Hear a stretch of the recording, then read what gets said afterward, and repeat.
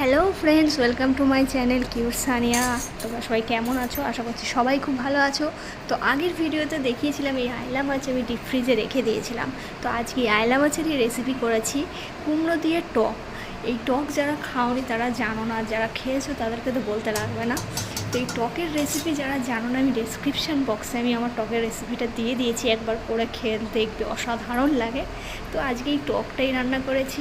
আরও একটা আছে যেটা তোমাদের দেখিয়ে দিচ্ছি। এইদিকে আছে হলো, তো বন্ধুরা এদিকে আছে নোটে শাকের ঘন্ট। রূপচাঁদ মাছ কিনেছিলাম, সেই মাছের মাথা দিয়ে কুমড়ো আলু বেগুন দিয়ে সব রকম সবজি দিয়ে মাছের ঘন্টটা রান্না করেছি, শাক ঘন্টটা। আর এইদিকে আছে মাছের টক, আগেও দেখিয়েছি আর একবার দেখিয়ে দিলাম। তো আজকে দুপুরে আমার মেনু এটাই। শাক ঘন্ট কতটা খাবো জানি না, এই মাছের টকটা দিয়ে আমি খাবো, খুবই প্রিয়। এই টক হলে আমার আর কিছু লাগে না, খুবই ভালো লাগে টক দিয়ে ভাত গরমকালে। তো ভিডিওটা ভালো লাগলে একটা লাইক করো বন্ধুরা। আর তোমাদের সাথে আবার পরের ভিডিও দেখা হচ্ছে। তোমরা সবাই খুব ভালো থেকো।